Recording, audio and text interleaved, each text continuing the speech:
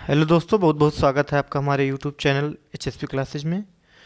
दोस्तों, हम लोग हिंदी पढ़ रहे थे और आज हिंदी के अंतर्गत अगला चैप्टर पढ़ेंगे, शब्द रचना। शब्द रचना में हम देखेंगे शब्द भेद या शब्दों के प्रकार। दोस्तों, शब्द के दो भेद होते हैं मुख्यतः।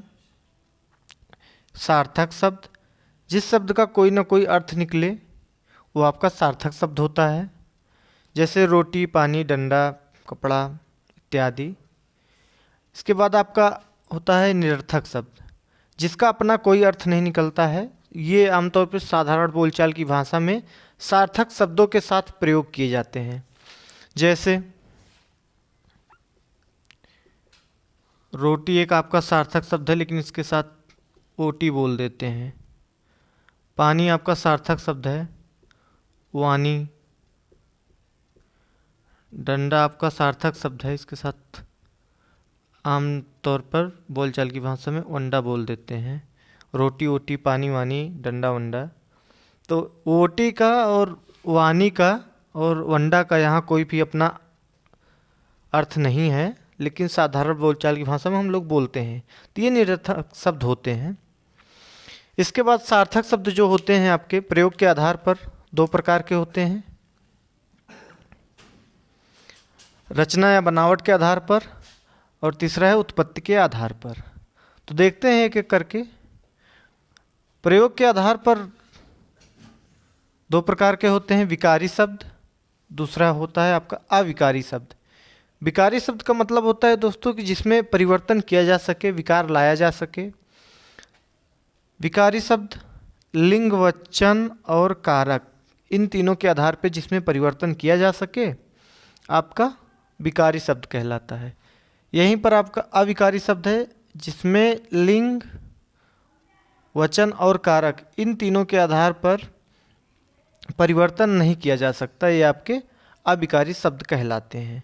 विकारी शब्द आपके चार प्रकार हैं, संज्ञा, सर्वनाम, क्रिया, विशेषण। इन सबों में लिंग, वचन और कारक के आधार पर परिवर्तन किया जा सकता है। जबकि क्रिया विशेषण, संबंध बोधक, समुच्चय बोधक, विस्मय बोधक, ये जो शब्द हैं इनमें आप किसी प्रकार का परिवर्तन नहीं कर सकते, यानी ये आपके अविकारी शब्द हैं। इसके बाद देखते हैं रचना या बनावट के आधार पर। इसके आधार पर तीन प्रकार के शब्द होते हैं हमारे, रूढ़ शब्द, यौगिक शब्द, तीसरा योग रूढ़ शब्द।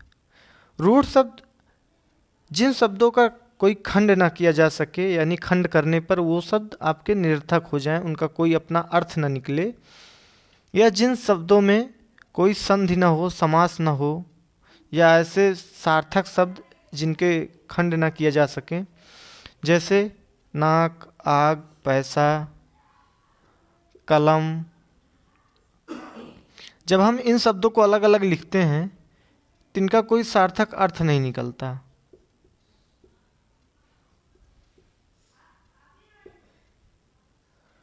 ये खंडित होने पर इनका कोई अर्थ नहीं निकलता, यानी खंडित इन्हें किया नहीं जा सकता। ऐसे शब्द आपके रूढ़ शब्द कहलाते हैं।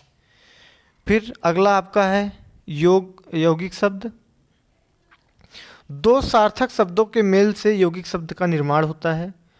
जैसे आपका विद्या और आलय से आपका विद्यालय बना है, हिम और आलय से आपका हिमालय बना है,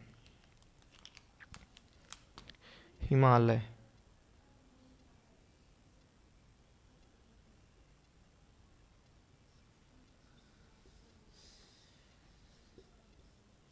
हिमालय बना है। यौगिक शब्द हम दोस्तों कह सकते हैं कि संधि या समास का योग होता है। इसके बाद आपका योग रूढ़ शब्द है। योग रूढ़ शब्द ऐसे यौगिक शब्द होते हैं जो सामान्य अर्थ न देकर अपनी परंपरागत एक विशेष अर्थ देते हैं, या परंपराओं से एक विशेष अर्थ दें। जैसे पंकज, पंकज, पंक मतलब कीचड़, ज मतलब जन्मा, जो कीचड़ में जन्म ले, अर्थात कमल। पंकज का तात्पर्य यहाँ कमल से हो जाता है। जब भी हम शब्द पढ़ेंगे दशानन, जिसके 10 मुख हों, दशानन से तात्पर्य हमारा वहाँ रावण का रहेगा। इसी प्रकार मुरलीधर, चक्रपाणी, जिसके हाथ में मुरली हो, मुरली धारण करता हो, जिसके हाथ में चक्र हो, इन सब से पता चल जाता है कि यहाँ भगवान श्री कृष्ण और विष्णु के बारे में बात हो रही है। बहुव्रीहि समास जो आपके होते हैं, इसके सभी उदाहरण योग रूढ़ शब्द होते हैं। आपके बहुव्रीहि समास के सभी उदाहरण योग रूढ़ शब्द होते हैं। अब देखते हैं दोस्तों, उत्पत्ति के आधार पे 5 प्रकार के होते हैं। कहीं कहीं आपका 4 ही प्रकार मिलता है, 4 प्रकार। वहाँ आपका संकर शब्द नहीं माना जाता है, लेकिन कहीं कहीं आपका 5 प्रकार मिलता है, 5 या 4 प्रकार। उत्पत्ति के आधार पर पहला जो है आपका देशज शब्द है, जो देश में बना है, इसकी उत्पत्ति का पता नहीं है, लोकल हम लोग यूज करते हैं।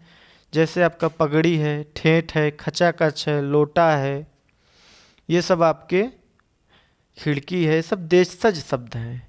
यानी भारत में ही इन शब्दों का यूज किया जाता है और इनकी उत्पत्ति का पता नहीं है कि कब से यूज कर रहे हैं हम लोग, कब से प्रयोग कर रहे हैं। इसके बाद आपका विदेशज शब्द है। अन्य देशों की भाषा का प्रयोग हिंदी में ही हम लोग आमतौर पर करने लगे हैं। रेलगाड़ी आपका, रेल हिंदी अंग्रेजी का शब्द है। रिक्शा आपका जापानी शब्द है। चाय आपका चीनी भाषा का शब्द है, लेकिन हम लोग आमतौर पर हिंदी भाषा में ही प्रयोग करने लगे हैं। इसके बाद आपका तीसरा जो है तत्सम है, जो संस्कृत के आपके शब्द हैं, हिंदी में प्रयोग किए जाते हैं आमतौर पर। आम्र, गो या गोमय, कहीं कहीं गोमल, गोमल का।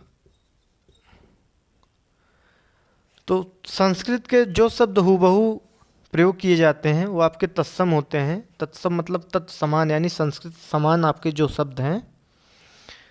तो आपका यहाँ आम्र, गो, गो मतलब गाय, हरिद्रा, गोमल आदि जो शब्द हैं संस्कृत के शब्द हैं। इसके बाद आपका आता है तद्भव। संस्कृत से जो शब्द परिवर्तित होकर हिंदी में प्रयोग किए जाने लगे हैं वो आपके तद्भव शब्द हैं। जैसे आम का प्रयोग हिंदी में आम, आम्र का आम, गो का गाय, हरिद्रा का हल्दी, गोमल का गोबर। संस्कृत से लिए गए शब्द हैं, लेकिन हम उनका प्रयोग हिंदी में करते हैं, उनके परिवर्तन हो गए हैं। इसके बाद आपका आता है संकर शब्द। संकर शब्द 2 भाषा के शब्दों से मिलकर बना है और हिंदी में प्रयोग किया जाने लगा है। जैसे रेलगाड़ी आपका है, रेल आपका अंग्रेजी भाषा का शब्द है, वहीं गाड़ी आपका हिंदी भाषा का शब्द है। टिकट घर, टिकट आपका अंग्रेजी भाषा का शब्द है, घर आपका हिंदी भाषा का शब्द है। जांच करता, जांच आपका हिंदी है, करता आपकी संस्कृत है। इसके अलावा दोस्तों अरबी, फारसी, अंग्रेजी और स्पेनिश, चीनी, जापानी, इन सब भाषाओं से भी शब्द हम लोग प्रयोग करते हैं। देख लेते हैं वो कौन कौन से शब्द हैं, बार बार एग्जाम में पूछे जाते हैं कि बताइए रिक्शा किस भाषा का शब्द है। इसके अलावा तद्भव, तत्सम और उपसर्ग प्रत्यय, आइए देखते हैं।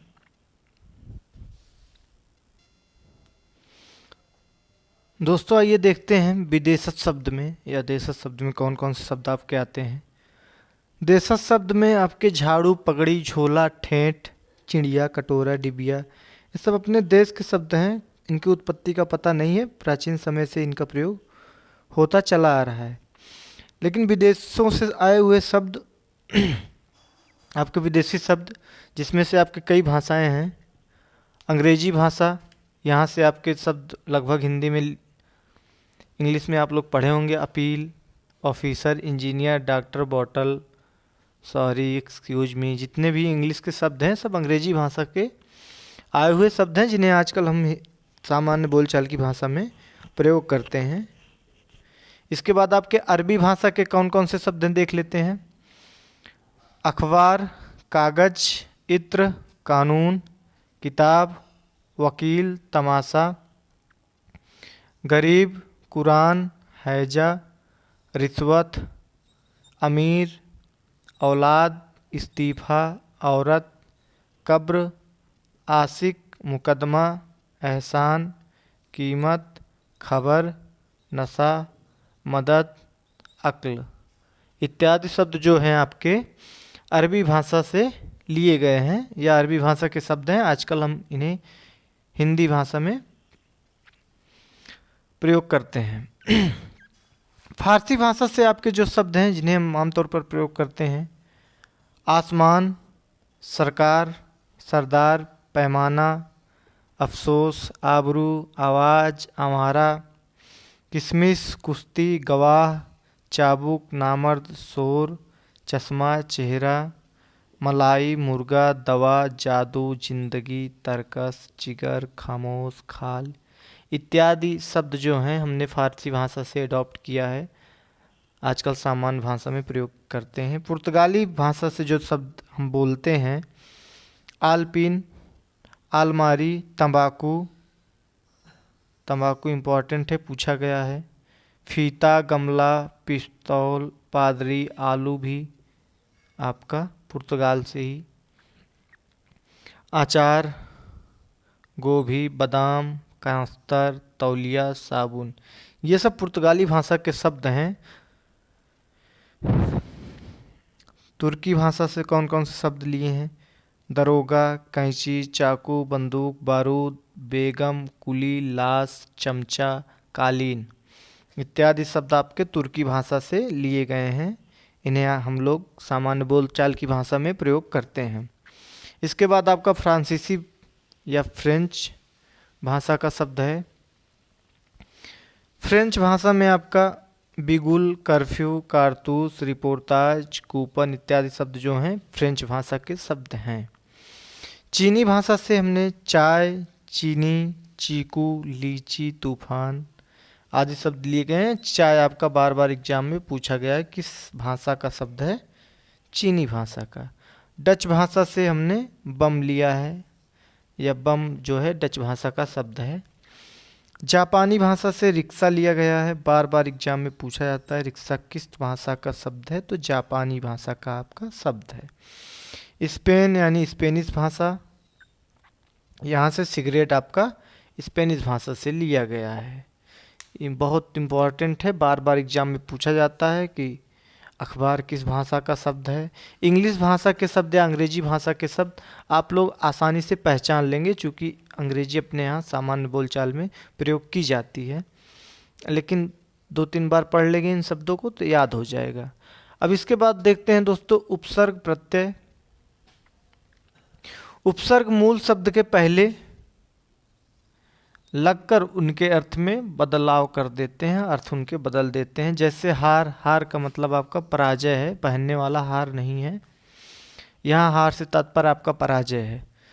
अगर पराजय के आगे हमने प्रा लगा दिया तो आपका प्रहार बन जाएगा। प्रहार मतलब होता है चोट पहुँचाना, चोट करना। इसी प्रकार हमारे संस्कृत भाषा के कुछ उपसर्ग हैं, उसके बाद हिंदी के। तो संस्कृत भाषा के आपके 22 उपसर्ग हैं। संस्कृत भाषा में 22 उपसर्ग हैं। प्रतिध्वनि, ध्वनि, सामने प्रति लग गया तो प्रतिध्वनि। प्रमाण, प्रधनमाण। इसमें से क्वेश्चन आपसे ऐसे पूछे जाते हैं कि प्रतिध्वनि में कौन सा उपसर्ग लगा है, दुरात्मा में आपके कौन सा उपसर्ग लगा है। तो आपका दुरात्मा में दुर्धन आत्मा, संधि विच्छेद करने पर पता लग जाता है कौन सा उपसर्ग है। यहाँ दुर या दुस जो है इसका तात्पर्य है कि बुरा, खराब, गंदी आत्मा या गंदा चरित्र, बुरा चरित्र, दुष्चरित्र, दुष्धन चरित्र आपका हो जाएगा दुष्चरित्र। संहार, सम उपसर्ग है, हार आपका मूल शब्द है। इसी प्रकार आपका निर्वसन में निर आपका उपसर्ग है, वसन मूल शब्द है। निर्गुण, निरोग में भी निर धन रोग रहेगा, इसलिए यहाँ आपका उपसर्ग जो होगा निर होगा। निर्गुण, निर्धन गुण। अध्यक्ष, हमें याद है कि वीडियो 2018 के पेपर में ये वाला क्वेश्चन आया था मेरे एग्जाम में। अधिधन अच्छ। यहाँ अध्यक्ष से तात्पर्य जो आपका अधि है, इससे तात्पर्य आपका ये है कि अधि मतलब श्रेष्ठ होता है, जितने लोग होते हैं उनमें श्रेष्ठ, श्रेष्ठ के लिए यह उपसर्ग लगाया जाता है अध्यक्ष। अति धन अतिरिक्त, अतिरिक्त यहाँ आपका उपसर्ग जो है अति है, उसके बाद अनु आपका उपसर्ग है। अनु मतलब होता है पहले का। अनुक्रम में आपका अनु उपसर्ग है। आजन्म में आपका आ उपसर्ग है। अपयश में आपका अप उपसर्ग है, यश मूल शब्द है। अभ्यास इम्पोर्टेंट है, पूछा गया था। तो अभिधन यास, अभ्यास, यहाँ अभ्यास में आपका अभि उपसर्ग है।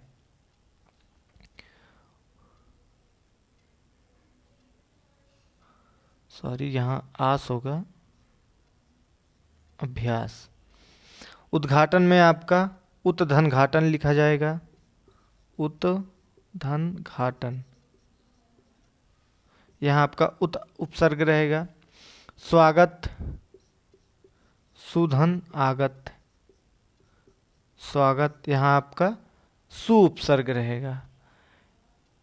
यहाँ आपका नि उपसर्ग है निकृष्ट में, निधन कृष्ट।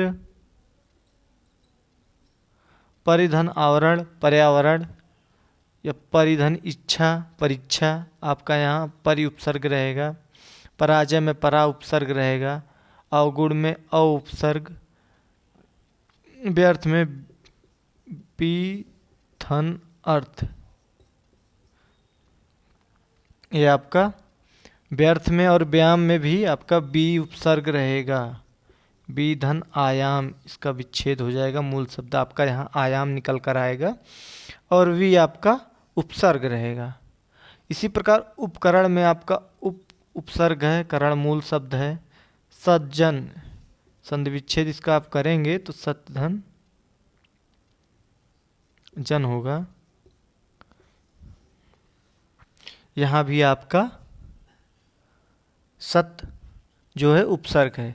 इसी प्रकार दोस्तों हिंदी के भी 10 उपसर्ग हैं, जो आमतौर पे आपको हिंदी भाषा में देखने को मिल जाते हैं। हिंदी में आपके उपसर्गों की संख्या क्या है, कितनी है, 10 है। अधर्म, आधन धर्म, आ का तात्पर्य यहाँ खराब से है, बुरा से है, या जो धर्म के खिलाफ हो, विपरीत हो, तो धर्म के खिलाफ यानी अधर्मी हो जो, तो यहाँ आप का उपसर्ग है हिंदी का। अधखिला, अध से तात्पर्य दिख ही रहा होगा, अध से आधा, जो आधा खिला हो अधिखिला, यहाँ आपका उपसर्ग अध हो जाएगा। 29, यहाँ आपका उपसर्ग उन है। उनका तात्पर्य है कि एक जिसमें एक कम हो, तो आपका 30 से एक कम यानी 29, तो आपका यहाँ उपसर्ग उन है। अवगुण, अव कमी के लिए लगता है, जिसमें गुणों की कमी हो वह होता है अवगुण। अव या आपका यहाँ हिंदी का एक उपसर्ग हुआ।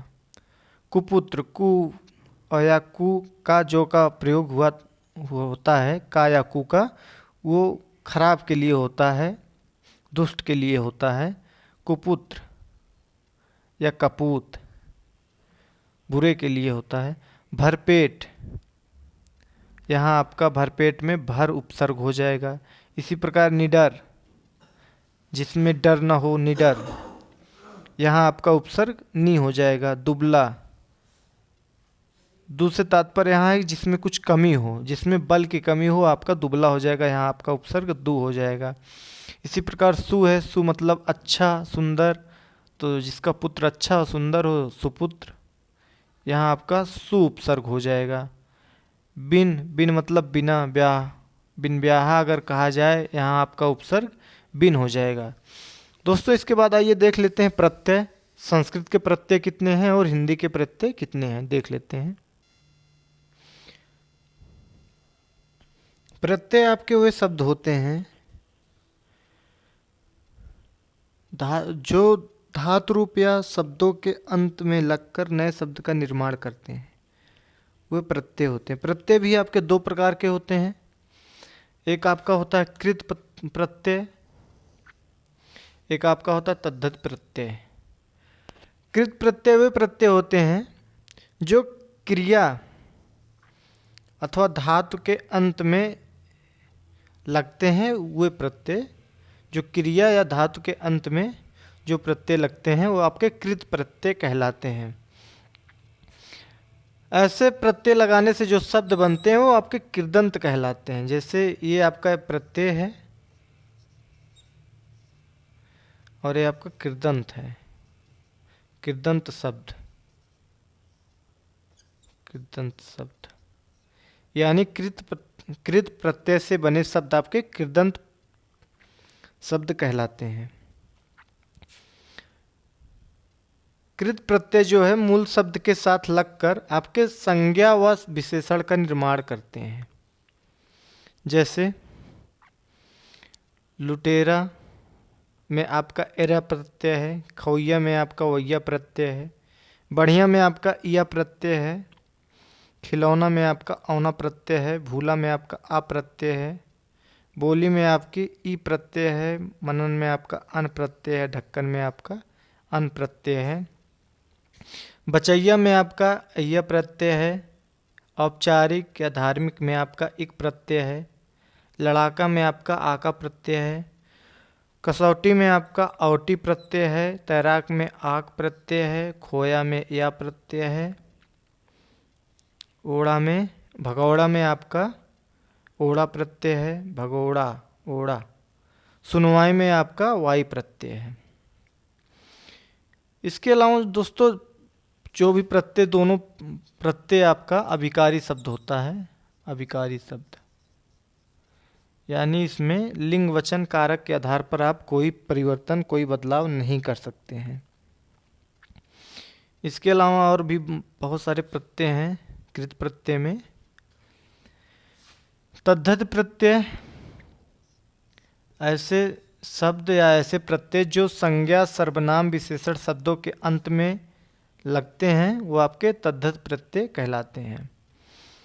और ऐसे शब्दों से मिले जो शब्द बनते हैं, नए शब्द बनते हैं, वो आपका तद्धितांत शब्द कहलाते हैं। यानी मूल शब्द और तद्धित प्रत्यय से मिले जो नए शब्द हैं वो आपके तद्धितांत प्रत्यय या तद्धितांत शब्द कहलाते हैं। जैसे आपका मूल शब्द है बाप और प्रत्यय यहाँ आपका लगा है औती, नया शब्द बना है बपौती, यानी ये तद्धितांत आपका शब्द है। मूल शब्द है अंधेरा, अंध, एरा यहाँ आपका प्रत्यय है अंधेरा। चतुर प्रत्यय आपका आई है, चतुराई बना।